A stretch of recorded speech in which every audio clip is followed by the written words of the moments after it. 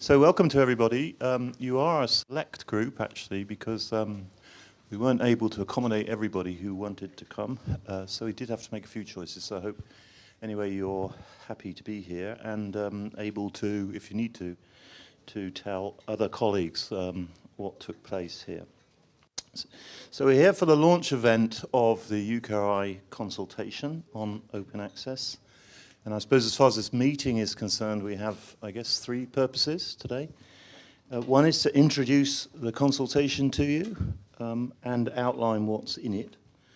The second is to encourage you to respond to it.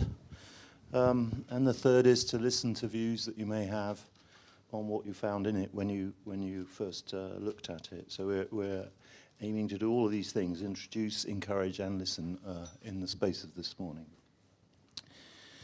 I just want to say a few words, really, of introduction. Partly just a little bit about why we're here at all, but really to just focus on the high-level considerations that we had in our mind in taking forwards this review and consultation. So, as many of you will know, actually, in 2013, when RC UK, the then RC UK, embarked on an open access policy, to be followed soon after by the then REF, we did say that we would come back then and review things after 5 years. So a little bit more than 5 years now, it's 7. But we did commit to that review, and this part of the activity we're involved in is to make good on that commitment. But I think much more importantly, as we're all aware, a primary purpose of our activity is to decide what the future policy should be, both of UKRI going forwards. And so our real focus actually has been on the future policy. We have sort of started with philosophical statement, I guess, that public funding should result in a public benefit, which is the driving philosophy around, behind the demand for open access.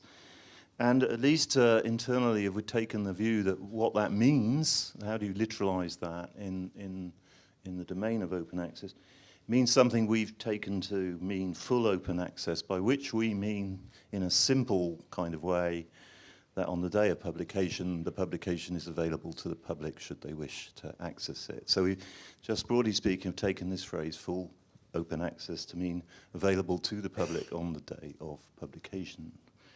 And it is just working with that very high-level, simple definition of what we're talking about. We have used that as a kind of reference point throughout this review. So with that as a kind of starting point, there's then, I think, 3 issues that we have in our minds, overriding issues, I think, associated with our work. The first is just straightforwardly what happens if you test the current state of UK publishing against that requirement of full open access. And the answer to that question is that while there has been considerable progress in reaching open access since the original RC UK policy, and while it's also true that in many ways UK remains the leader, it is also true that only around 35% of the total academic publishing in the UK at the moment will meet that full open access requirement. So the first thing that's very clear looking back is that we've made progress, but nowhere near as much progress as we might have wanted to. And also a feeling, at least, that the current arrangements and the current policies are not likely to, left to their own devices, arrive at the situation of 100% that we wish to achieve. So that's the first, I would say, overriding consideration. I think the second has been a view that the public, what I'll call the public benefit test, do we have full open access, should be independent of discipline and independent of the form of publication. So we shouldn't be essentially saying of one discipline or one particular area of study that effectively you're outside of this regulation. We should try and be as uniform as possible right across the piece, and that has a very practical materialization in the draft policy today in the arrival in it of monographs, and that's essentially a new development. But the motive behind it is just quite simple. As I say, we would like to be able to apply the what I'm calling here the public benefit test uniformly across the piece. And the third issue, which in some ways has certainly been the most thorny internally and may yet to prove most thorny externally, is the degree of permissiveness of the policy. So what do I mean by permissiveness? I mean a fully permissive policy is one that has nothing to say at all about how the objective, full and open access, is achieved. It's a completely permissive policy. But it would include, for example, no statement about what business models are used to provide for open access, and it would include no statement about how they're paid for. So there's a fundamental question for us to ask around the degree of permissiveness. Should we be completely permissive? Should we not be completely permissive? Should we attempt to be prescriptive? Bearing in mind, I'll say it now because it might help me not saying it later, we are not a regulator. We're not in a position to tell people what to do. We're only in a position to say that should you wish to apply for our funding, this is what you need to do in terms of publication. So the question of the degree of permissiveness has been a continuing debate ever since we started, and I would say today remains so. Now, the next thing I would like to just touch on, sort of answer the question of who owns this review. And you might think that's a simple question because UKRI own it, don't they? And here am I, UKRI personified, in as much as my primary responsibility has been the overall conduct and pursuit of this review. Life is, as ever, a little bit more complicated, but there's one complexity which we have tried to address right from the outset, which is what is the relationship between UKRI on the one hand and the REF on the other. And if I go back to the days of RCUK, that question was in one sense simple because these two bodies were completely separate legal entities, which is not the case today. So inside UKRI is a body called Research England, which is responsible for the English component of the REF. Outside of UKRI are other governing bodies, which are from the devolved administrations, which are responsible for the REF in the devolved regions.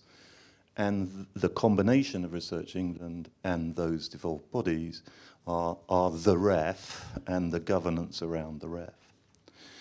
On the other hand, in our opening discussions with those bodies, we came very quickly to the view that whatever we do collectively, we need to pass what essentially is a simple test, which is that if you are a researcher in an organisation that is which is in receipt of UKRI funding and QR, then you shouldn't be faced with having to make a choice about where you're publishing in order to satisfy, on the one hand, a REF and that requirement, and then secondly, a different RCUK or UKRI requirement. So we must, at all costs, end up in a place where the policy is uniform, so any researcher doesn't need to distinguish between choice of publishing venue according to whether they're satisfying a REF or UKRI. And we've taken that right from the outset as a kind of guiding principle. It doesn't mean instantly that two policies are the same, but it does mean that one must contain the other. There can't be areas where they disagree. So that's a statement is obvious, isn't it? But it does mean now that there are at least 4 governing bodies involved in arriving at a final form. And the other point I would make is that thus far, over the last decade almost, we have moved in step with government and government ministers. One can get into a rather arcane conversation about what constitutes government policy. And that involves a number of difficult questions, one of which is what is government, which is a plural noun, and the other is what constitutes a statement of policy. So without wanting to go there really, what is true is that we have moved in agreement with, by and large, ministers through this long period of time, and we continue to seek to do so. So there is another opinion, and as many of you will know, ministers' opinions do matter, which we have to somehow bring into the picture, and so we're all arrive at the same unified policy. So I'll just point that out to you, just so you do appreciate that in arriving at a policy, this isn't just a question of what Duncan thinks or David thinks. This is a question of what all of these bodies eventually agree to, and is indeed, just straightforwardly to tell you, one of the reasons why this consultation has been delayed is because of the need even to get the draft policy agreed by all the bodies that I've just described. That sort of, in a way, brings me to the consultation itself. My view was very early on in this question of future open access policy that it would take a very much bigger genius than me to find a future policy where everybody will agree. And there's an open challenge. If anybody can do that, it's a bit like finding the answer to the perfect exam question, which incidentally is a question whose answer is the mark. It's that difficult a task. And for that reason, I did take the view at the outset that we should publicly consult on this policy. And so that is what this event today is kicking off. It is a public consultation. There is always, with consultations, a sort of cynical suspicion that we've all made our minds up anyway. And we're just going through the exercise. What I would observe is that this just isn't the case. We have focused on a draft policy, and that's very deliberate. It's essentially because we want to say we do not want to have another consultation on whether we should seek to achieve open access. We're only really interested in having a consultation on how we do it. And so we have put a draft straw man policy on the table and said, well, what do you think about that then? In order that we can focus minds on the question of how do we achieve it and not if. So that's why we've chosen to frame this consultation this way. But it doesn't mean that because we've taken a particular view in the draft policy that it's frozen. It is just a draft, but we're using this as a way of, quite straightforwardly, as a way of gauging the reaction to that draft. If on one element of it uniformly everybody says this is bloody awful, then we will change it. On the other hand, if we find that by and large there's a spectrum of opinion around a given issue, but really it's difficult to see much reason for moving it, we probably won't.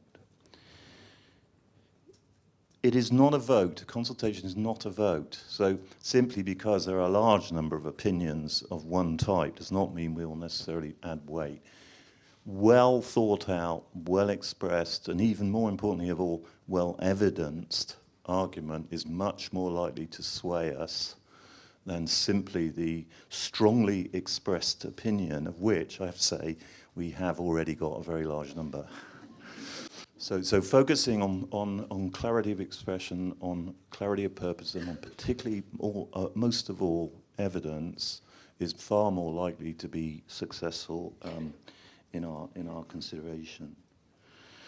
It's clear, actually, if you look at what we've written, that there are areas where we are not very firm about what we should do, and there are other areas where we are fairly firm. I've seen some of the journalistic reaction to the consultation document, and you can see they're probably guessing right about those areas where we are expecting we are looking for clearer advice. That's to say, internally, we haven't really been able to put together very strong arguments for going one way or another way. So I do just want to emphasize that this is a very important step for us.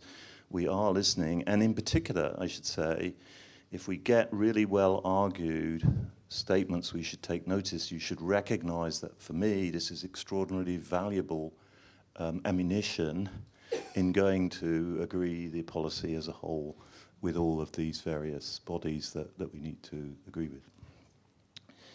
So with that, I think that's more or less the background I wanted to give you. Just if we could just turn to the organisation of the day. I don't know if... So what we're going to do next is that I'm going to look to Rachel and Stephen, who I'll introduce just in a second, to walk us through aspects of the consultation document, just so effectively we we sort of think we're all roughly in the same place in understanding the draft policy. And then the main event of the day is to open a Q&A session. I think the thing I would like to do is just to say that we prefer to hold questions until we arrive at the Q&A session, because that's been devoted to it. If I could just introduce people. So Rachel Bruce, at the left-hand end of the table here, has been the person who's done all the work, unlike me. So Rachel's been essentially leading the whole activity of the review. Stephen Hills from Research England, and is our manuscript monograph guru, is the way I think of Stephen. So you know where we're going to direct those questions to. And David, I did see you come in at the back, so David Sweeney, who's my opposite number in Research England, who will be chairing the Q&A session when we arrive. So we aim to finish at 12, and then there will be a lunch. Is it just outside, Rachel? Yeah. With a view to closing completely at 12:45. Just looking at my notes, I should have said right at the start that there's no intended fire alarm, so there isn't one. So if there is a fire, my notes don't tell me what to do. We leave via the fire exit. Yeah. Okay. Right. With that, let me close on the introduction and hand over to Rachel. Right, thank you.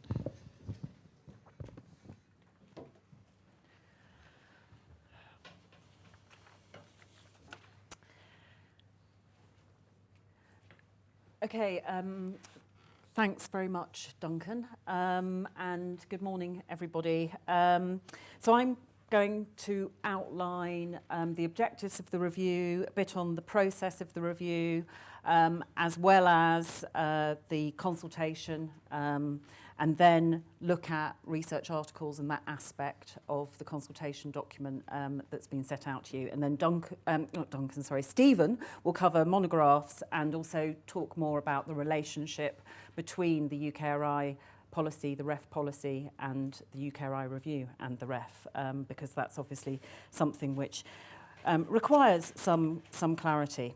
So just to fit the open access policy, I suppose, within the broader strategic framework within UKRI. So open research is one of our key policy strategy priorities, primarily because of open research being a way in which to achieve research impact and also transparency around research. The two strategic priorities that we've got at the moment, so the near-term things that we really want to move forward, open access to research publications, that's why we're all here today, and then secondly, moving on to open research data. We recognise there are a broader array of activities around open research, but those are our two key priorities.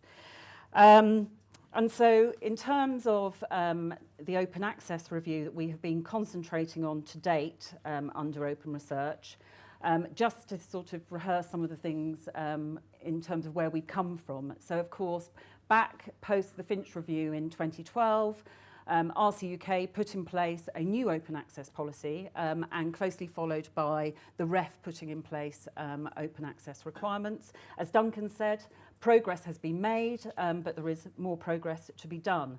And there was always a commitment to review the RC UK policy anyway, but with the formation of UKRI, that gave the opportunity to have a more holistic and cross UKRI approach with, as Duncan's explained, working with the devolved funders as well as Innovate UK to give us a more holistic policy across all disciplines and to update within the current climate.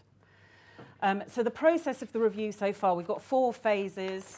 We are now in the 3rd phase. So it was back in autumn 2018, we established the review, the governance structures, and also determined the scope, so what were we going to look at. At that time, there was a question about whether or not to include academic books, and the decision was taken that it was the right time to do so. And then following that, we had a lot of stakeholder engagement with a whole range of different stakeholders and roundtables and listened to different views. And that helped us identify some of the key issues that needed to be further examined. So we've undertaken further analysis, looked at the evidence that there is out there already in terms of the way in which open access is being achieved. And now we have our proposals on the table, and as Duncan has explained, some parts are quite open and others are less open. So the consultation process is underway. That is one significant input to the review, but we also have other forms of analysis that are being undertaken at the moment, which will also inform our decisions. So, for example, looking at the economic implications for a range of different stakeholders in the open access space. Following the review consultation, that analysis, we will of course need to reach our final policy decisions, and there's implementation issues to also take into account and planning. And so the intention is to work to publication in the autumn of this year, with our policy being announced then, after we have gone through and navigated all of those various governance structures which Duncan outlined. The objectives I won't go through in any detail. I think everybody will have heard these many times before, and they are in the consultation document. But briefly, of course, what we want to do is make sure that we are achieving the impact of research for society, research and the broader economic benefits. We are very aware of issues around costs and value for money, but also sustainability of achieving open access, and in particular for the research sector when we've seen costs rising, as the evidence shows to date. And then, as I've mentioned, ensuring join-up and a holistic policy across various bodies, and where possible, making sure that the policy enables future innovation in scholarly communication and business models. And then, because it's obviously a global endeavour, working with international partners. And so we have been working with international funders and also looking at ways in which open access is progressing around the globe and elsewhere. In terms of the scope, I think it's useful to just say, so what's the output going to be? So these are the words directly from the consultation document. So the review will determine a single policy across UKRI, and that includes the 7 research councils, Research England and Innovate UK, and it will cover research articles, including those published in conference proceedings, monographs, book chapters and edited collections that acknowledge funding from UKRI. So that's an absolutely critical piece, I think, in terms of outlining the in-scope outputs for the open access policy that we're considering. And the review will inform the REF, but there is an important issue outlined in a footnote 12 in the consultation document. It's a very important footnote. So that where the QR funding or the research block grant, as some might call it, that Research England gives to English institutions, where that is the only form of UKRI funding acknowledged on an output, the open access policy will not apply. So that's an important exception within the policy, and Stephen will talk more about the REF and the differences, I think, between that and their stream of funding, because they are not the same. The consultation document is mainly in 4 parts: research articles, academic books, and within the research article section and the academic book section, we also include within those supporting actions around infrastructure and technical standards that are specific to those outputs. And then we've also got a section around monitoring compliance, where we are seeking to understand whether there are more efficient ways for us to monitor the policy. Questions around perhaps are there current aspects which are burdensome, and also what sorts of sanctions might be applicable in terms of the policy, and that's for both monographs and research articles. And then the final section in the document, because we are obviously interested in understanding some of the wider implications of the policy around research culture, equality, diversity and inclusion. Are there any issues in terms of research collaboration that we need to take into account? And a whole range of issues. So that section is very open in terms of trying to hear what are the potential unintended consequences, what are the benefits of open access, so that we can take that broader view into account in terms of the impact of the policy going forward. In terms of responses to the consultation, there is an online survey and 68 questions. You do not need to answer all of those questions, but it is that online survey forms the response. So that is the form of the response that will be accepted to the consultation. So in taking forward the formation of the consultation document and the policy positions, these are all of the key aspects, I suppose, although there is a broader range, but these are the key concerns. So we were seeking to make sure that we were trying to achieve these key aims of immediate open access, maximising benefits, as I said, value for money and affordability, but also sustaining confidence in the quality of research outputs and the issue of ease of compliance. And I know there's actually been quite a lot of feedback about that in Twitter streams already, so that's quite an interesting one, striking the balance in terms of terms and conditions around open access to achieve it, but then also what the implications might be then in terms of complying to that policy. And then in terms of being able to achieve that and moving forward, there are just there aren't that many elements really where we can move the dial in terms of achieving change. And some of those are of course around embargoes, licensing, also the funding that might support the achievement of open access, what amount should there be, what form, what mode, and also the timing for the policy. So when should that come in, and is that time to change and implement, and is that the right time, I suppose, to make progress as well, since our last policy was announced some time ago, and we still haven't achieved the percentage of immediate open access that we set out as a goal then. And then there are a range of different actions that can, of course, facilitate and help achieve open access. So infrastructure and standards, communications and information and support for different stakeholders in being able to achieve open access. And perhaps things around research evaluation. So we mentioned DORA in the consultation, and of course making sure that new forms of scholarly output are recognised as valuable, and the merit of that research is taken into account, can be relevant.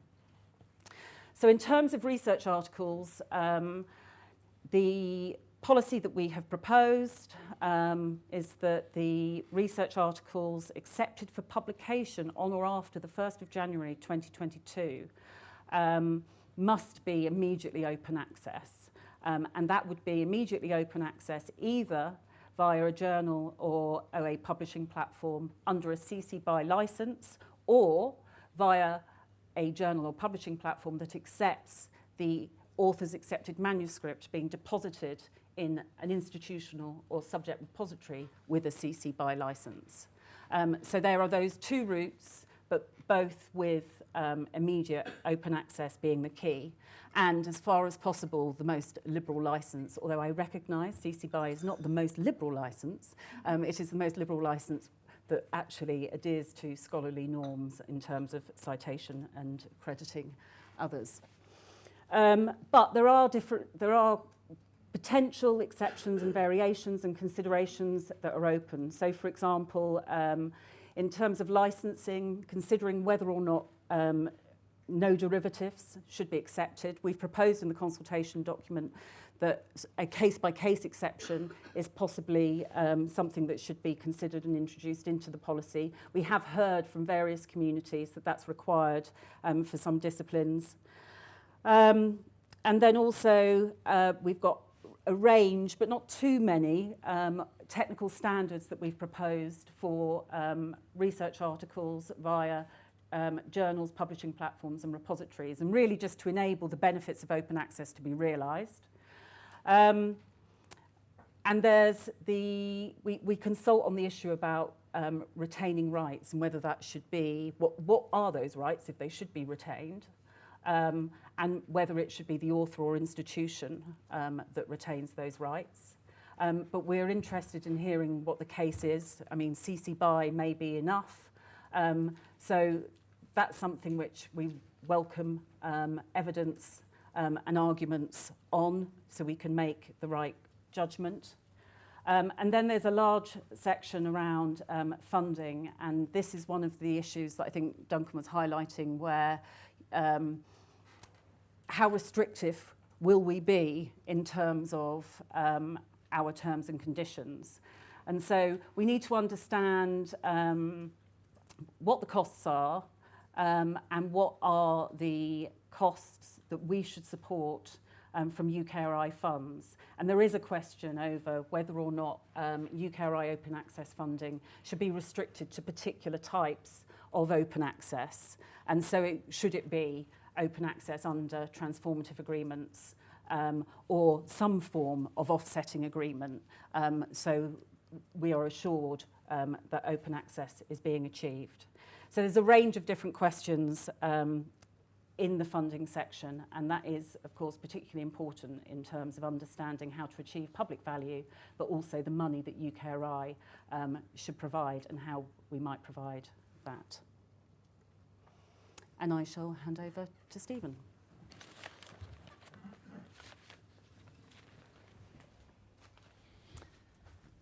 Thank you, Rachel, and good morning, everyone. So I'm going to, as has already been said, talk you through the Monographs, book chapters and edited collections section, and then towards the end, return to the questions of the ref. So I guess I'm here in two capacities. My new job title, which Duncan gave me earlier, is Monograph Guru. I'm adding that to my CV. Not sure I deserve it. But also, I'm the chair of the steering group for the current ref, and also looking after thinking about future refs. So that's also the kind of background and experience that I'm here to share today. As Duncan mentioned in his introduction, the key driving principle across the policy reform here is that all disciplines and all forms of research, or many forms of research output, should be included, which is why there is a section on monographs, book chapters and edited collections, or proposal on that in that area. And the basic policy is that the in-scope long-form publications, which includes that list, and there are some exceptions contained within the policy, published on or after the 1st of January 2024, should be freely available with a maximum embargo of 12 months, and that they should be published under a license that maximizes reuse, with CC BY strongly preferred, so in that sense aligned with the journal position, but CC BY ND being identified as being also a permissible license to reflect some of the issues that have been raised around the challenges that ND might bring to, or not having ND might bring in some disciplines.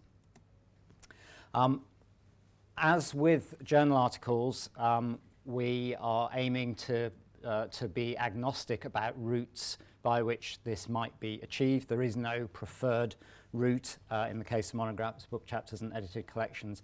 And in fact, there is already a much more diverse publishing ecology around these types of outputs, and many different types of models are being used and explored in this space. So we have a list in the consultation document, which is up on the slide, which includes consortia arrangements, subscription models, book processing charges, crowdfunding, freemium, and something analogous to green open access for journal articles. This list is not necessarily exhaustive, so there may well be other models that are in use, other models that haven't even been considered yet, and all of those are considered. So the key takeaway is that there is no presumption that that one of those will dominate, or I think my certain preference would be for all of them to play their part and to have that diverse ecology. There are some other considerations in terms of the monographs policy, including how we define in-scope monographs, edited collections and book chapters. And there are some exceptions listed around trade books and works of fiction and so on that I would encourage you to take a look at. We also are consulting on the question of whether there should be potential exceptions around the significant reuse of third-party materials. We heard a lot in the course of the evidence gathering about some of the challenges around use of third-party materials in open access content. Obviously, that word significant is important in that context, so what constitutes significant reuse? And there are also some questions around the way in which not being able to reuse third-party content might be handled in an open access version of a monograph book or a book chapter or edited collection. And there's also a suggestion that there might be a potential exception where there is only one suitable publisher in a particular field, and that publisher doesn't offer an OA option, and we're interested in views on that. And similarly to journal articles, we're also seeking views on supporting actions around infrastructure and technical standards for long-form publications, and also on funding levels and mechanisms, what costs might be eligible, and how that funding might be used. So in a similar way to Rachel's just explained for journal articles, we're keen to explore different options for how the system of long-form publishing might be supported in an open access context. So that's the monographs policy. I just wanted to move on and say a little bit about the REF. As Duncan explained in his opening comments, the REF is not solely owned by Research England. We run and decide on the REF in cooperation with our colleagues in Scotland, Wales and Northern Ireland, so that the UKRI policy does not necessarily, will not necessarily reflect the REF policy. However, we are committed across the four funding bodies to seek as much commonality and have at the front of mind that absolute principle which Duncan considered or described at the beginning, that for any researcher who complies with the UKRI policy as a result of their outputs being in scope, they will automatically have complied with the future REF policy, whatever it is. So what that means is that the UKRI policy, in a sense, is contained within, nested within any future REF policy. And there may be high levels of alignment and commonality, or there may be some differences, but if there are differences, then they will be more permissive in the sense than not less permissive. And I think this is a really important principle that the four funding bodies are committed to, even though we have yet to decide on the REF. There are questions throughout the consultation document that invite you to highlight issues and considerations which we need to take into account in terms of the future REF policy in the light of the proposed UKRI policy. So I'd encourage you to look at those or to contribute to those questions. We will use the input for that question to consider a future REF policy, and we will be consulting on that policy separately within 6 months of the UKRI policy announcement. So there will be a subsequent consultation on the detail of the REF policy.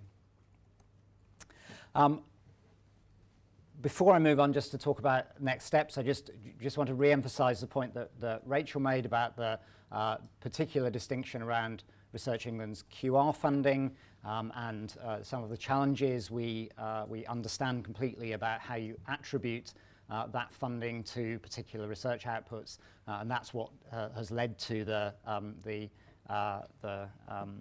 famous now footnote 12 in the report that tries to set that out.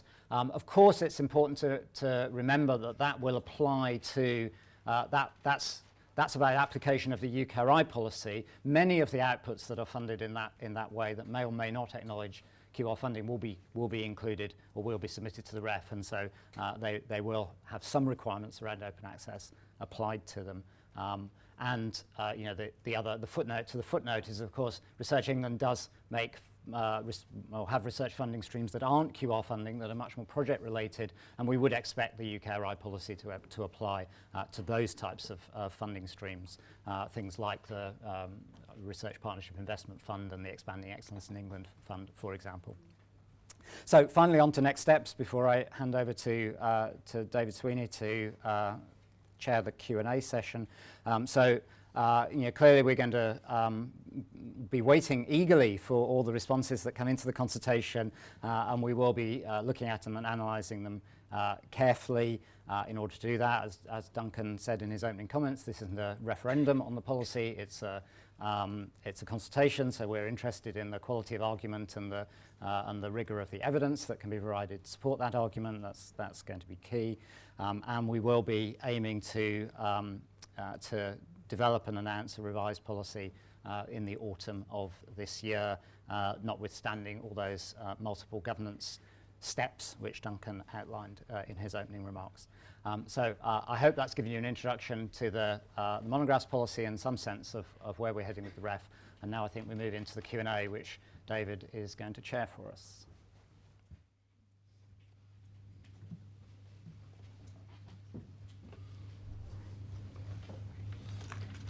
It's cosy, isn't it? It is. It's very cosy. Lucky we are used to working so closely together. Thanks very much. And it's great to see you all here. I've been following also the Twitter commentary. Monograph Guru, it's all round the world now.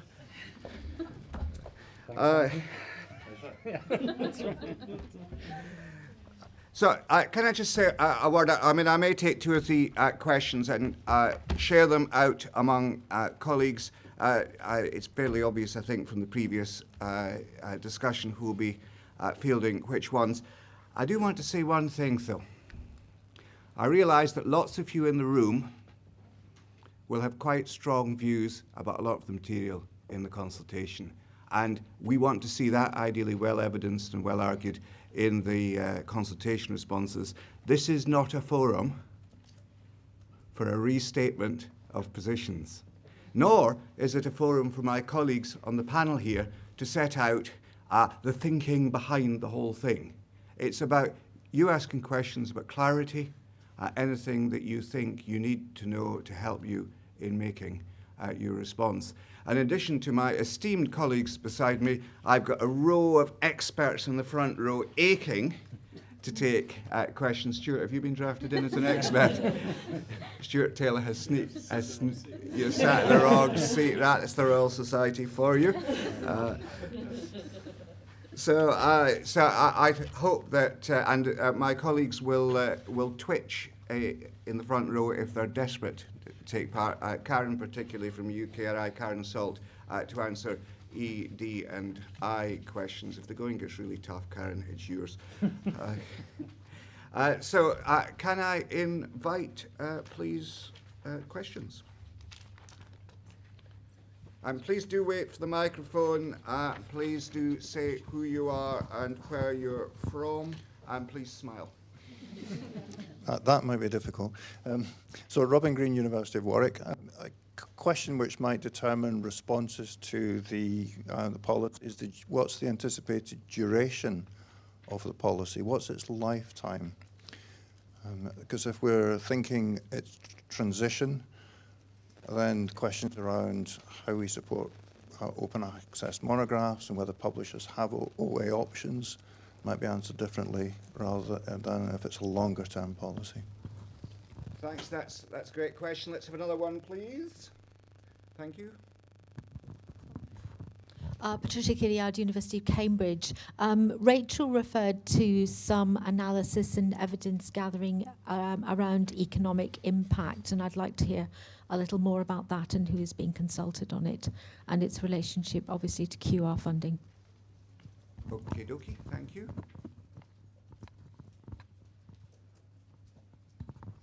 Katrina McCallum, Hindawi Limited. You talked about the broader remit of the policy being linked to culture. You haven't explicitly included, for example, DORA or in the policy. But how much are you going to tie in both research assessment of research outputs, researchers themselves, and the university ranking system into your policy?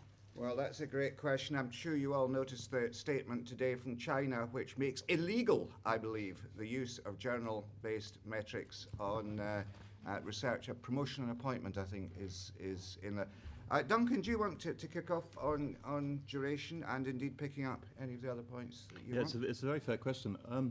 First of all, a sort of obvious answer in as much as in the future, any of those governing bodies could, if it wished, at some point decide that they wanted to change their mind. So one cannot make a certain statement. What I would say, though, is that the frame of our thinking has always been at least till the end of the next but one ref cycle, which takes you out to 2027. And it's that period of time over which we imagine today the policy being maintained for. Yep, thanks. Shall we keep going? Yeah, keep going. You're on a roll. So on economic impact, we essentially, Bees as a department is also very interested to have a view as to the degree to which the present RCUK policy has delivered economic impact in the wider sense of that term, which I would say is difficult to evidence. And the second is that the question of whether the policy that we're proposing will be economically damaging to the UK, e.g. through a loss of tax revenue. That argument is commonly made.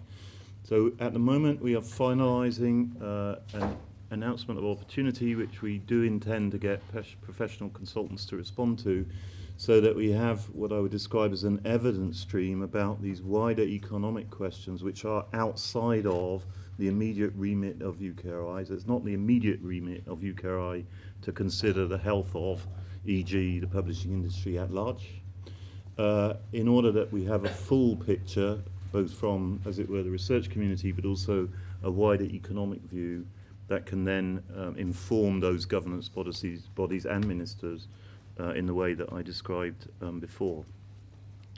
On the final issue, the question of research culture, we have focused, this review is about open access. It isn't about a whole range of wider issues around research culture. We haven't attempted to confuse these two things. We have focused on open access. That's to say, the public availability of a publication on the day of publication. It's tricky enough, and actually to some extent that has guided us in that view. So let's deal with this first. But it doesn't mean in any sense that UKRI doesn't have a wider interest. We recognise, I think it's pointed to, at least in the present consultation, that DORA is an essential element, which comes back to your comment, David.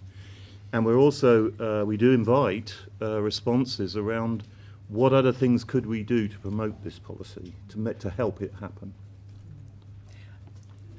And can I just add one point on that as well? So we have, for the past 6 months, had guidance for all of the evaluation panels across UKRI in terms of good practice around research evaluation and taking into account the DORA principles. But of course those things are all, well, to be developed and defined. I mean, I think as a community people are learning how best to implement, but it is something that we have been taking seriously in all of our processes today. And I take it for granted that Stephen will want to say a word about the long-established position of the ref. Yeah, so I think just building on what Rachel said, obviously across UKRI, including Research England, we're committed to DORA, or sticking to the principles of DORA in our own processes, and that very much extends to the ref. And in fact, despite what you might hear on Twitter, has extended to the ref and the RE previously, that journal metrics have not been used and a venue of publication has been explicitly excluded, and we've strengthened the wording for that for the current ref. So I think in terms of our own processes, I think we're already quite a long way or very long way to implementing DORA. I think questions about how we might encourage or require research organisations to take up DORA are important questions that, as Rachel and Duncan have both said, are related to this policy, but aren't kind of core to the question of open access. So yeah, it's a good point. And university rankings were mentioned, but we have very limited levers around what university rankings do. Oh, come on, say what you really feel about university rankings, Stephen. Go on, let it all out. Well, I think they're highly problematic, and I think particularly universities using them as strategic goals, I think is if I were running a university, which I would never do, despite now being a monograph guru, I would not want to outsource my strategic decision making to the weightings that an arbitrary organisation determines for its rankings. There's at least 3 people in the room that should please tweet that now. Yeah. What's Stephen? Karen? Yes, Karen Salt. So just to, I think, pick up the final question. One, I want to reiterate Duncan's point is that the review and the consultation itself is not necessarily trying to deal with the broader questions of research culture. I think the focus is quite specifically on open access. But to make it very clear that the open access team sits within a broader sort of policy area within UKRI that's interested in questions of culture and environment. So what is knowledge gained in this exercise will inform the development of additional work around research culture, around equality, diversity, inclusion. This is a tight team that listens and exchanges and talks to each other. So we don't want to confuse the processes and the work, but there shouldn't be a sense that there are walls and that people aren't going to be able to share and understand the implications of any policy decision. So James Giles Franklin is our man on the live feed, and I believe we've got a question, Giles? Yes, yeah, we've got a question from the live stream from Matt Day. His question is UKRI in contact with the US Office of Science and Technology Policy about the US government policy review, either directly or through Coalition S? Yes. Next question.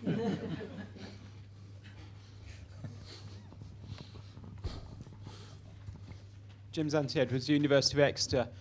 Rachel, I think you gave economic impact as an example of the analysis you'll be doing. Can you just say what other areas of analysis you're commissioning or doing yourself, as well as getting the consultation responses in, and how they might relate to the consultation responses? What's the kind of weighting? Well, I think the key pieces of work, so we've undertaken a lot of synthesis in terms of what's out there. There's this economic analysis, which is some of the questions that Duncan mentioned are key to it, but we are also looking within that piece at the economic implications for research performing organisations as well. So you've got the whole picture of the costs and economic implications. Also assessing what are the policies around publication venues, and whether or not anything constitutes a risk in terms of, I suppose, current research practice. Overall, I think, talking about weighting, I think, overall the review will take a balanced approach and an evidence-based approach. There are lots of different outputs. I mean, the things I've mentioned there, that's not exhaustive because there are lots of different pieces of work underway. But some of them are quite discrete. So, for example, we are looking quite closely at what might be the definition of a transformative agreement. And what are the key and critical factors there that we should perhaps be concerned with. But we will hear from the consultation how those could help or may not help, might hinder. So we need to take a balanced approach across those things. So it's a whole range of different inputs. Some large pieces externally commissioned, some pieces that we are undertaking internally. Sorry, I was saying work from others. Yes.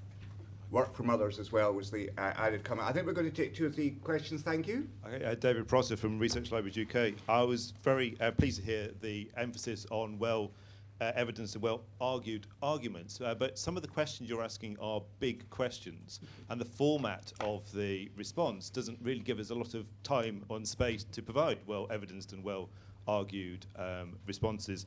I think my favourite is question 53, which talks about monographs and any views regarding funding levels, mechanisms and eligible costs, and you give us 400 words to respond. So I suppose any advice on how we can provide you with well-reasoned and well-argued and well-evidenced responses in very, very brief, short spaces would be welcomed. Thanks. I've got 2 near the front here. And then we'll go over the far side, but we'll take some answers before we go over the far side. Thank you. Hiya, Sarah Kemper-Goldsmith. I've read footnote 12 a few times. I'm still a little bit fuzzy. Can you tell us exactly who would be expected to acknowledge UKRI funding, and would the exceptions that are suggested for recipients of block grants only also apply to those who only have QR funding? And if I can sneak in a quick question for Stephen, why is maximum reuse, CCBY, important for academic monographs? And next to you, thank you. Again, two questions. First one's about ECRs and whether, Rachel, you're going to be looking at whether there's any disproportionate impact of any of these policies on early career researchers. And second, with respect to the case-by-case exceptions, who and which bodies are going to have the expertise and the finances and the personnel to make case-by-case exceptions of the sort you suggest with respect to CC BY and other matters in the consultation? Well, that's quite a mixture. Let's, I think, just start off on the sort of technical stuff, the format, the amount of material, why you can't make 82-page submissions, which I know some bodies would do and have done previously. I have to say that my experience would be we have accumulated a vast amount of material in all of the informal consultations that we have done. One or two of them at length, which has been useful. For the most part, the considerations we have aren't helped by 80 pages. So I think that my immediate answer to your question, which you may find is a bit unfriendly, is try to be as pithy as possible. And if that sounds a little harsh, I could only say it's an imposition that I'd certainly place on myself in other dimensions for persuading other people. So just try and be as effective as you can with your arguments. It's straightforwardly the case. Our experience has been in receiving written material. We have a very large amount of it that we've accumulated over the last 18 months, is that length doesn't often help. In fact, quite often it's the opposite. So this is my sort of common sense response to that, I think. On acknowledgements, I got a little bit lost in the detail. What we're just trying to acknowledge in a sort of straightforward way is that QR income is unhypothecated. So there is no practical way of associating in any way, in any direct way, a publication with unhypothecated QR. And all we're trying to do in that famous footnote, which has been rewritten several times, is just make that observation that we're not demanding anybody try. Is what I would say. On the other hand, if you are if you're a recipient of funding of the grant-like type, which is clear as to what the purpose of the funding is, it is hypothecated, and you are using that funding and publications that derive from it, then we anticipate that they will acknowledge that funding is acknowledged, and therefore that the policy applies. I think there was the question, why should an academic paper, why is CCBY suitable for an academic? Why is maximum reuse? So we'll come to that in a second, I think, if you don't mind. We'll come to that in a second, because I think Stephen wants to come in on the footnote. Yeah. And he will probably seg you into academic reuse of monographs, actually. Yeah, I can do that. So just to build on what Duncan said, clearly there is a requirement, it's a term and condition for grant funding from UKRI that funding is acknowledged on research outputs. We do not have that requirement for QR funding for sensible reasons, because of the tracing issue and the non-hypothecated.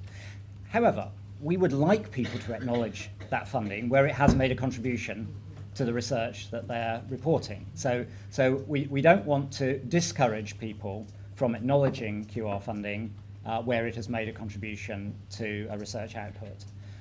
What the footnote tries to do is to say that when you do that, you don't have to worry. If that's the only source of funding you're acknowledging, you don't need to comply with the policy, because we appreciate that those lines of sight between the funding and the output may be complex. That's what we're trying to achieve in that. And I would say, just as a footnote to the footnote, it is really important that we get a sense of where QR is used and the research outputs that it leads to. So we really, really don't want to discourage people from making that acknowledgement. Just on the reuse question, I think there are all sorts of reuses that could be made of all types of content, text mining, for example, translation reuses. There's a whole array of them. Those are two that just spring into my mind. And again, going back to the principle that Duncan introduced, we don't want to put additional barriers around the corpora of particular disciplines. We've got a couple on the video feed, and then we'll come to you. Thanks, David. So we've got two questions. The first is from Malavika Legg from the Biochemical Society and its wholly owned publishing subsidiary, Portland Press. This question has 2 points to it. So firstly, what is the status of review articles and then also solicited or invited review articles? Are these in scope or not? The headline and key points wording in the document mentions research articles, but the detail of paragraph 46 includes a mention of reviews.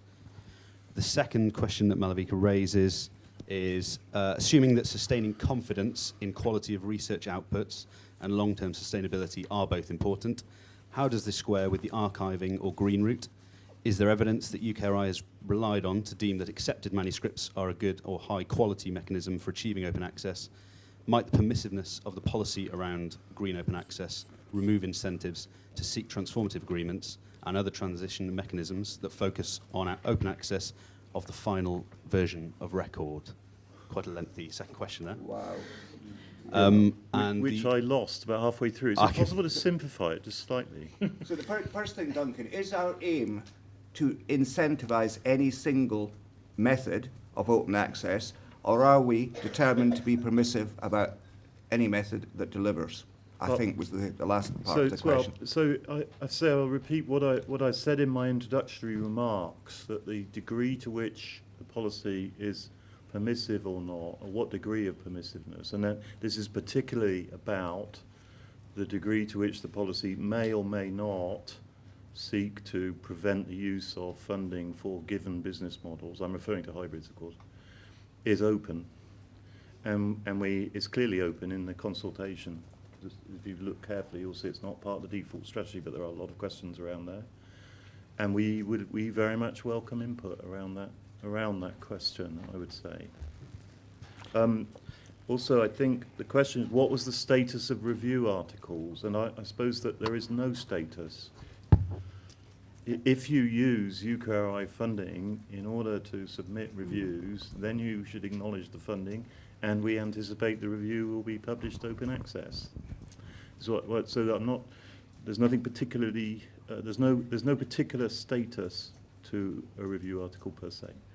Our current policy actually seeks review articles to be made open access, but it does state non-commissioned. But as Duncan said, it's actually, if you're saying it's supported by UKRI funding.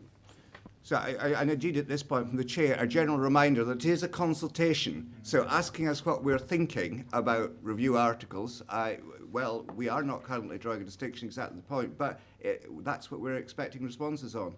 And I think the same thing, I'll let my colleagues chip in. Is the version of record absolutely essential, or will the author accepted manuscript do something that we could have a debate on its own about? I don't think we've set out what we've set out. I think it's for people to respond, actually, on that. Rachel, do you want to add to that? No, I think that's okay. So, I mean, again, you can't tease out every nuance. There are questions for you to I think, respond to. just to be fair, though, to the question of David, if I may, we do have a statement at the moment in our policy about reviews. And in fact, what we've discovered is it was always counterproductive, didn't achieve what it aimed to do. So it is a change, actually, and the change is that we're not taking a view, essentially. Thanks, Duncan. And Stephen? So I just think the question about accepted manuscripts asks for evidence. Asks for evidence in a particular direction. I would be interested in any evidence that suggests that there is a quality problem with accepted manuscripts. We had a second. Okay, yes, sorry, I think we missed it right at the start, actually. Yeah. Which is from Lucy from Peter Lang. As publishers, we're not always aware of what funding sources our authors tap into, even when we ask. Post-2024, where will the onus be for adherence to the policy for long-form publications? Long form, that's you, Stephen. Not sure I understand the question. Yeah, we have questions in the consultation about how, what mechanisms might be used to make funding available to support the monographs policy. But we also, are very clear, and I tried to emphasize it in my introduction, that we are not seeking to promote one particular route in that context either. So I'm not sure I completely understand the question. So perhaps that will be useful input again into the consultation to explain that a bit more. Yeah, I think we would hope and expect that our researchers will acknowledge their funding, and that's a usual part of academic practice. But we wouldn't be penalising a publisher because they're not in control of that. So, I just say that again. I thought that was quite good. Well, we expect researchers that receive UKRI funding to acknowledge UKRI funding in their research and their research outputs, and that's where the relationship lies. We wouldn't be penalising a publisher because somebody didn't. But I think the premise of the question was, the starting point of the question was, I'm a publisher, but I don't necessarily know where the funding from. Yeah. So where does the onus lies with the owner of the article? It's for them to credit us, as it were, and it's for them to publish in the open access article, the press, not, as it were, the publisher. Yeah. Let's go around again, Katrina. The consultation and policy aims to be evidence-based and agnostic to business model for monographs or research articles. To what extent do you anticipate that publishers will provide you with evidence and numerical data on process practice and their business models? I'm thinking, for example, the initiative by Wellcome about price transparency and disaggregating services. Also, within an international context, to what extent are you hoping that those from outside the global north or the west will also contribute to the discussion about business models because of the inequity that is currently within the system, largely created by Western business models? Okie doke, another one.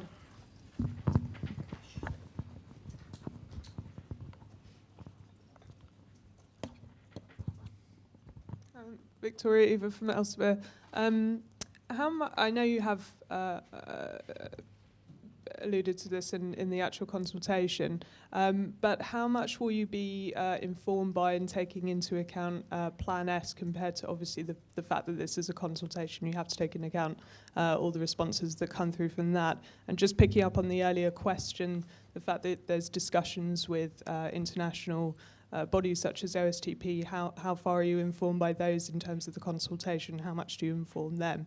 And just, sorry, just a process piece. In terms of all the workshops that have happened so far and all the consultative meetings you've had up until this point, are there minutes for those, and will we get those minutes? Yes, yeah.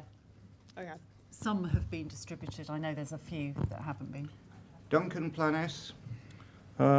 Well, so the position with respect to Plan S has been pretty consistent all the way through. From the point of view of this review, Plan S is an input to this review. It is not a given output from the review. And apart from any other consideration, I think we're on the third science minister since we started this review. So the notion that we could start with a fixed position isn't not really rational. On the other hand, it is perfectly clear that the more countries there are that wish to move in the same direction as we do for the achievement of full open access, then the more likely it is that we will achieve this simply and more rapidly. And it's obviously in all of our interests, at least, to seek the maximum possible common ground with other nations, which is not a particularly unusual position for science bodies to be in. So that's my immediate answer around Plan S. To what extent do we expect business models to be evidenced? I think that's a fair question. We must respect the right of the private sector to have privacy about data which is commercially in confidence, and indeed we have data that's commercially in confidence. So I don't, any decision by an organisation to make data available to us is for them to decide. I would say, for example, that a number have made data information available to me in private on the grounds that I don't publish it, but it's been very informative, I must say. There are a number of questions which one might wish to bear in mind in responding to this situation. One overriding question, which is actually is an explicit question, is should this policy require an increase in funding?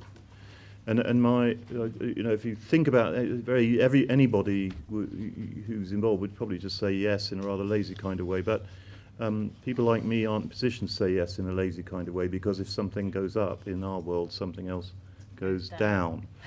So the thing is that the real question is, do we properly understand whether all of the funding that is being transferred, being used for publishing in the UK today is being used for that purpose? And if it isn't, do we understand properly what purpose it is being used for, and is that the purpose for which we're making the money available?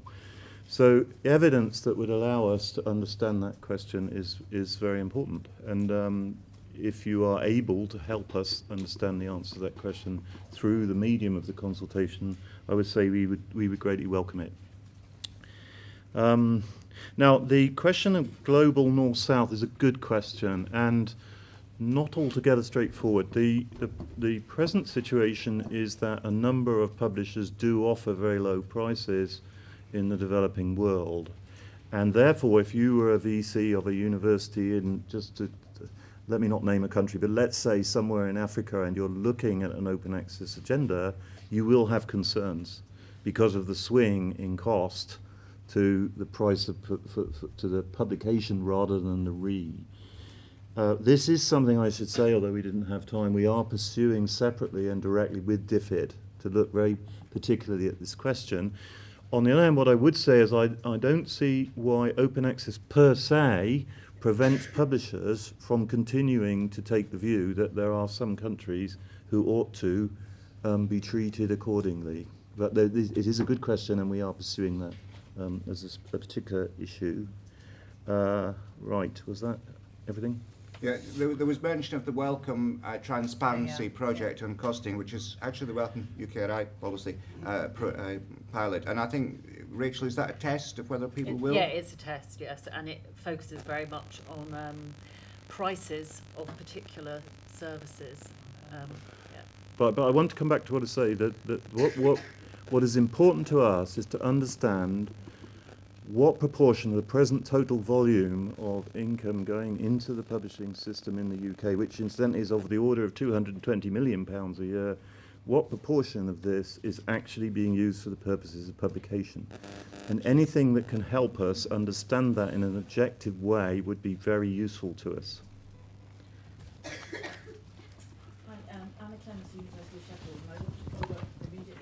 So I think we'll just wait.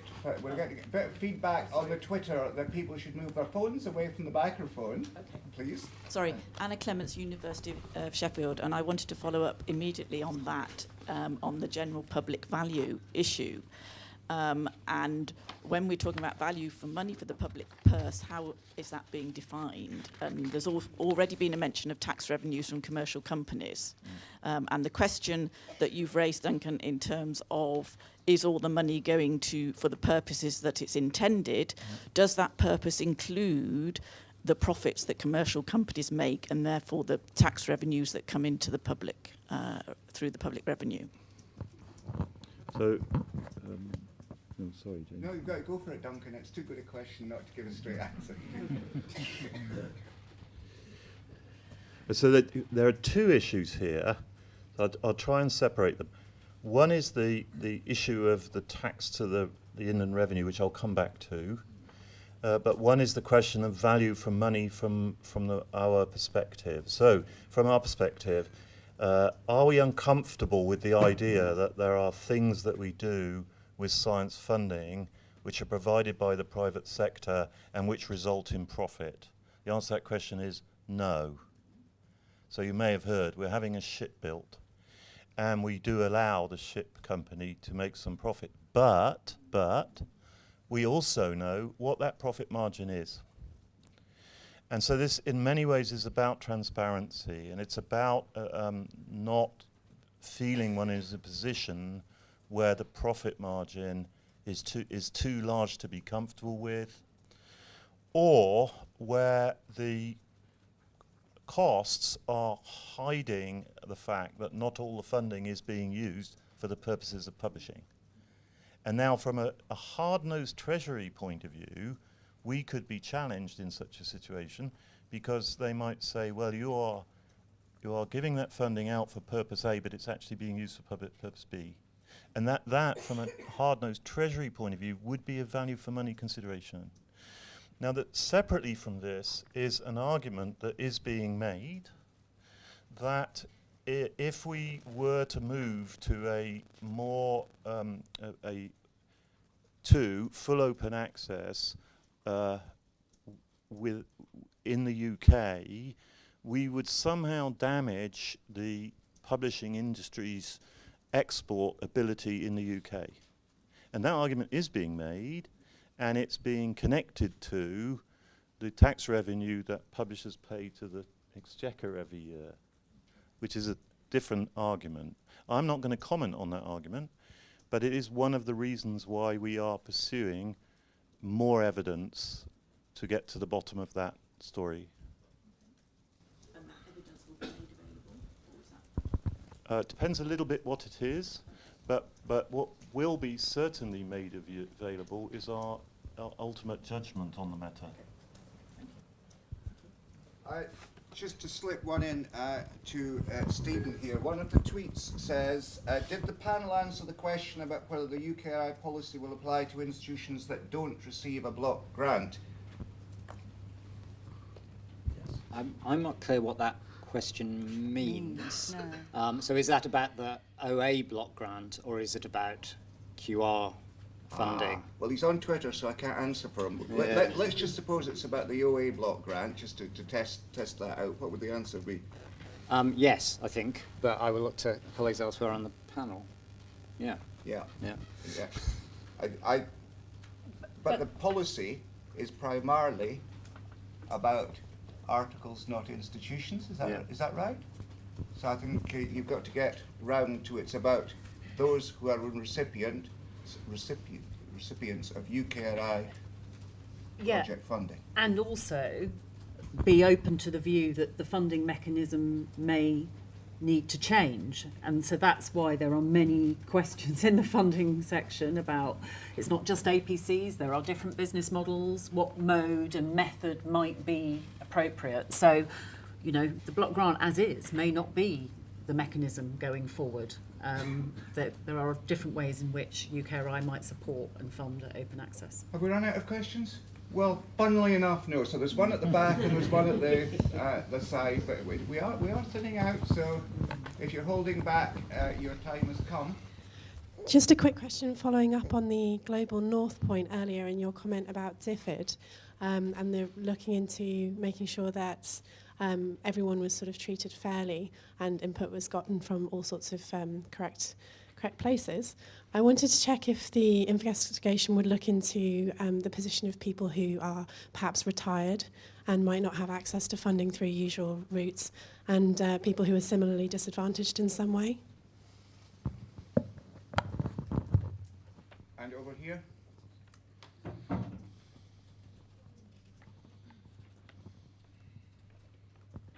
Sorry if I missed this. In terms of the external economic impact assessment, do stakeholders feed into that? What is the process? How would that be conducted? And at the back, thank you. James Rivington, British Academy. I understand your desire to get a clearer idea of how much money is already swilling around the system, but you are in the consultation asking us questions about what role we think UKRI funding could play in making the policy happen and what levels of funding that might be. Are you actually intending to put more money into the system to make it happen? Okay. So the first point about retired people. Duncan, go for it. So UKRI doesn't actually fund individuals. We fund institutions. Now, if an institution wishes to have a PI in them who is retired, or indeed has any other characteristic, who can write a successful grant application, and the institution is happy to sustain them for the period of the grant, then fine. But we don't have, UKRI does not have a policy, for example, that relates to individuals per se, because we don't fund individuals per se. Now, so next question was, I think in connection with evidence for the wider economic, we are contracting that out to consultants, so it will be for them to decide what evidence they wish to, how they wish to obtain evidence. Yep. So the final point was, the final point was, are we intending to put more money into the system? So the answer is we haven't ruled it out, and it is a fair question. For example, I mean, there's lots of ways of looking at this, but the current magnitude, for example, the Open Access Block Grant was pinned as 1% of the total Research Council turnover in 2012. So is that, for example, any more a valid way of setting the size of that grant? Actually, the answer to that question is obvious. So I think we are considering it. I'm not remotely going to answer over the table now what the answer is, but we are certain it's a live consideration. But if, in order for us to reach the conclusion that we do need to increase funding, we will need to have a better understanding of exactly what the fate of our funding is.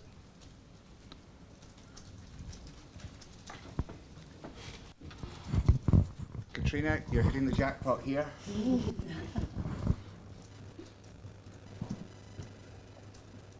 policy understandably focuses on transitioning subscription publishers to open access. To what extent is this, or to what extent can the policy also support new entrants? And although it's obviously of benefit to the pure-born open access publishers, there is potentially a risk during a transition period that they don't necessarily get the support and attention needed because they are small in general, and therefore won't be able to take advantage of the economies of scale that larger publisher companies can. So what support are there, and not just for open access publishers, but for any new platforms or entrants providing different types of services to the scholarly communication system? Stephen's also keen to go, but... Sorry. So I may get this statistic wrong because I was only looking at it the other day, but I think the statistic I was looking at said that 20 publishers are responsible for 93% of all of UK's academic publishers, but there was then an extraordinarily long tail of about 430, most of whom towards the end were only publishing one. Yeah, it could be more, I may be wrong, but extraordinarily large number of very small publishing entities. So what, when you say the policy focuses on this question of transition, on what transformative arrangements, it's asking questions about them. But as I say, this issue of how permissive or otherwise a policy might be is not fixed, and so there's a range of possibilities. What I would also just observe, though, is that the customer are universities and the publishers are the suppliers. So this question can be understood in a different way, which is to what extent is it appropriate for us to seek to either interfere with or insist upon the nature of that relationship. And there's an argument that suggests one should be as agnostic as possible, which, in other words, it should be for the customers, who primarily are the universities, to determine what is the most appropriate model of provision for them. This is open, though, and so we are open to this. I think that what is also clear, though, is that the less permissive you are, the more you're under an obligation to answer the question of it to any publisher who wants to say, how do I get my material published? We need to have an answer to that, which is to some extent independent of the size of the organisation. I agree with that. Stephen? Yeah, just to make the point, I think that we already fund JISC to a reasonable level, and some of the things they do are, I think, very helpful in supporting the infrastructure that allows new entrants into the market. In terms of Research England funding and on the Monographs section, we've been funding some infrastructure work, the Coping project led out of Coventry, but with many other partners that aims to support that development of infrastructure for alternatives, and in that case, a not-for-profit alternative business model. I think where there are gaps, then we should look at what we can do to fill those gaps, and I think that's the kind of input we're looking for in the consultation. And going back to the funding question, there are more things that you can do with funding than paying for article processing charges or transformative agreements. There are other things that funding could be used for that will support the overarching aims of the policy, and I think we'd be interested in thoughts and suggestions on that. So we've got questions in those directions.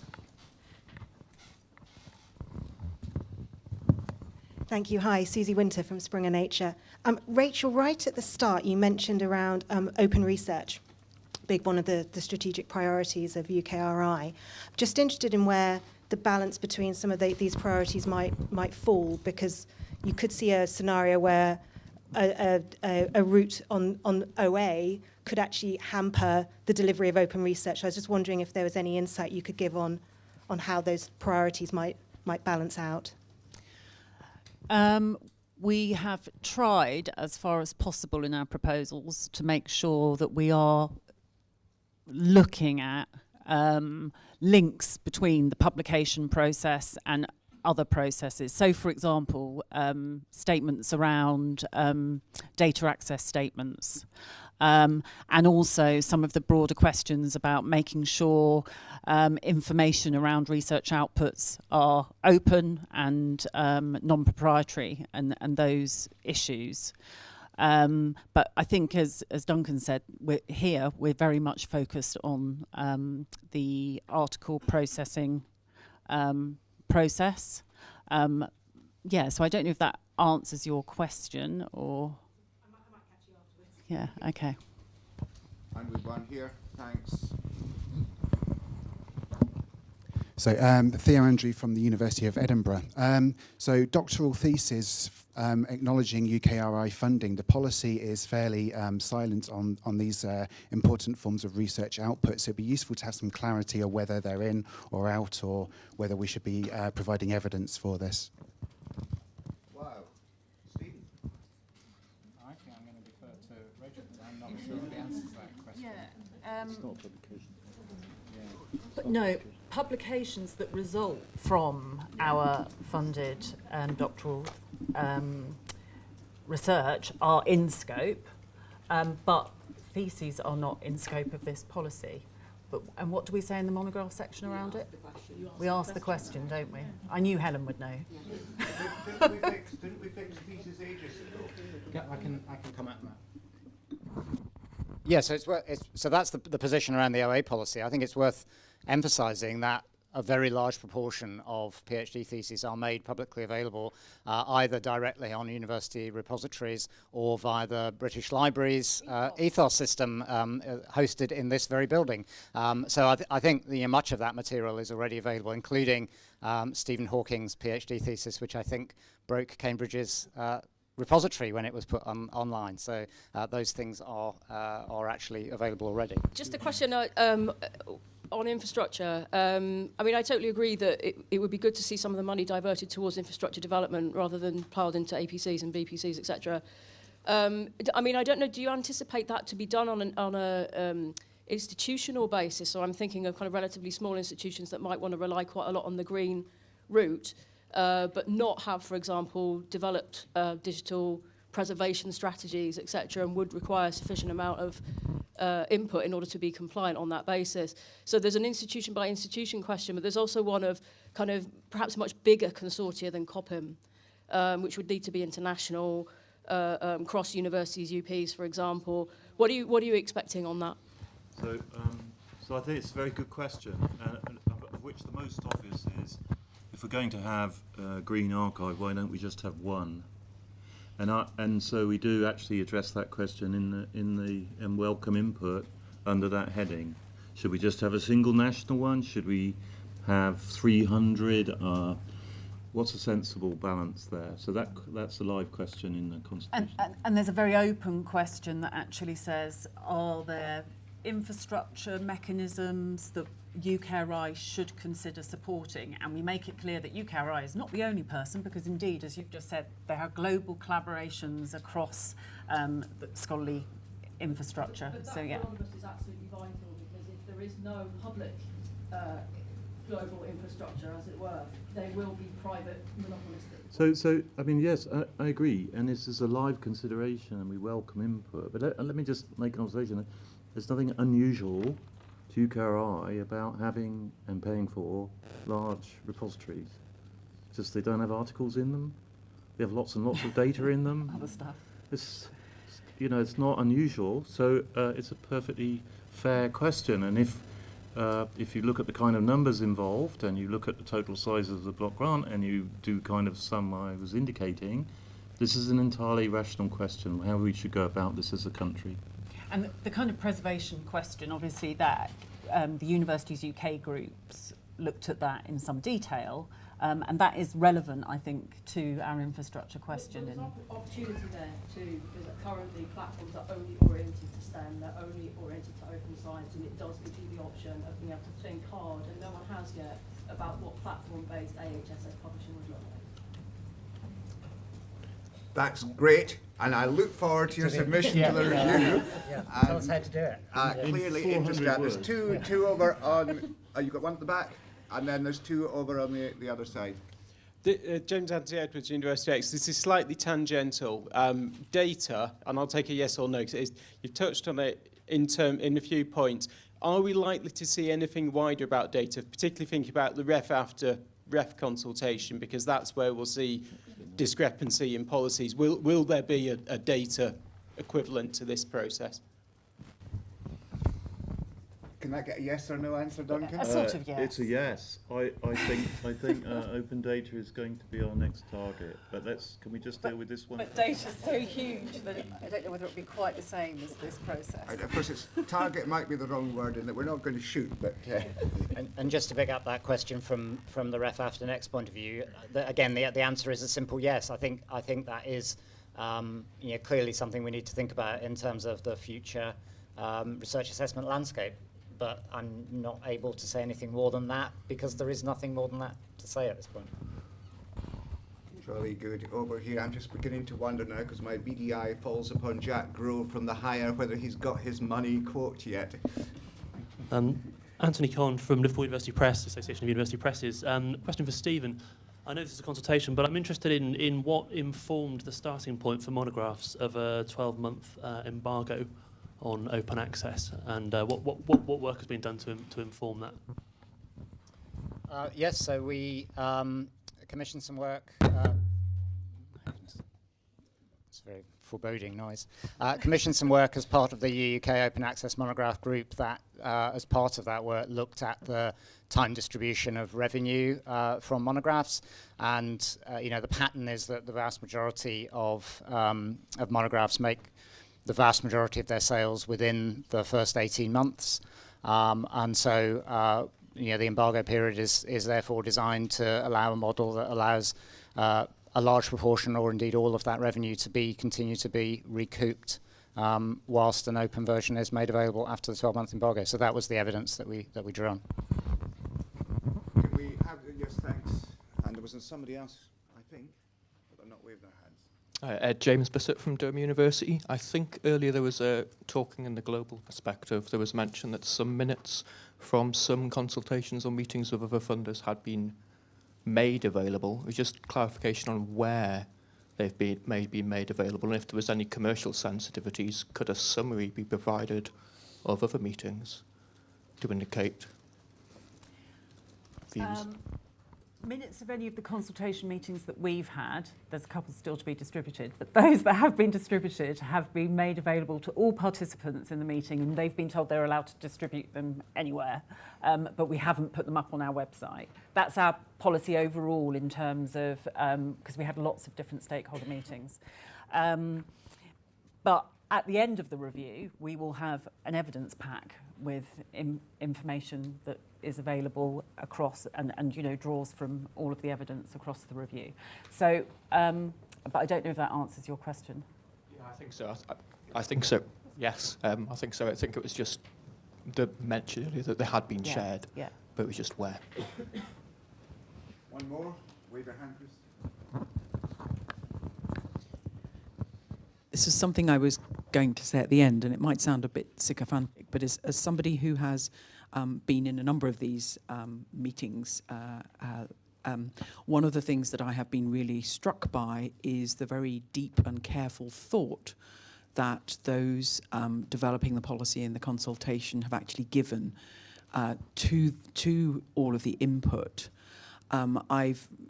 So much of what of the concerns that have been raised have been considered and are continuing to be considered and have been reflected in this policy as currently drafted.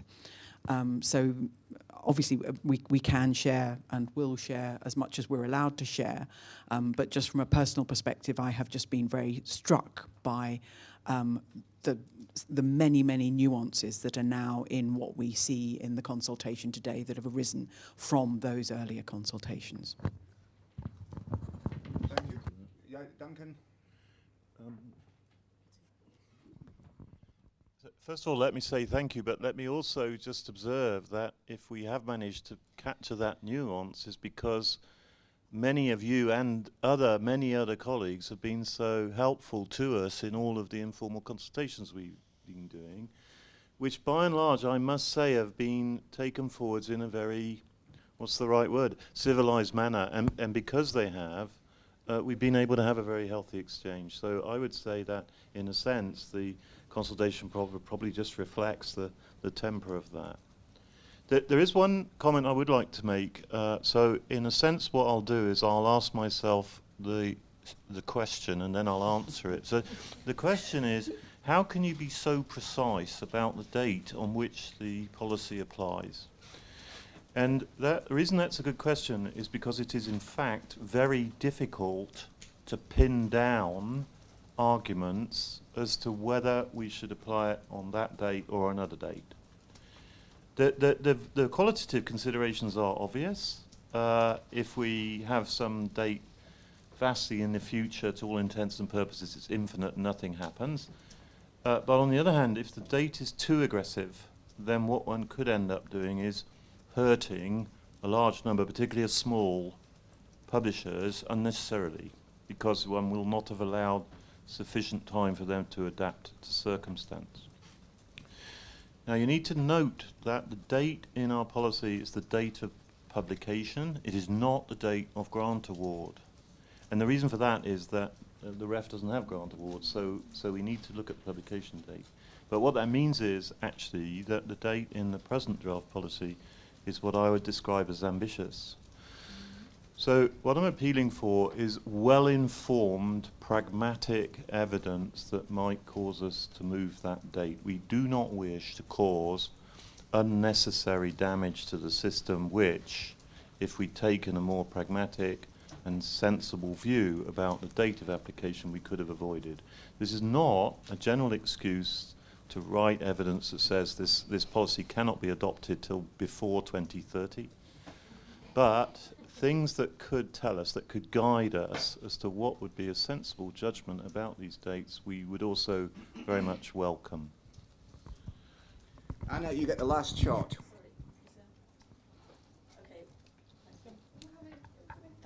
So just to pick up on that, that's quite interesting because one of my sort of reflections on it is why the policy doesn't start applying effectively from the 1st of January next year. So it's going the other way, but with an approach similar to the current OA policy, which is iterative.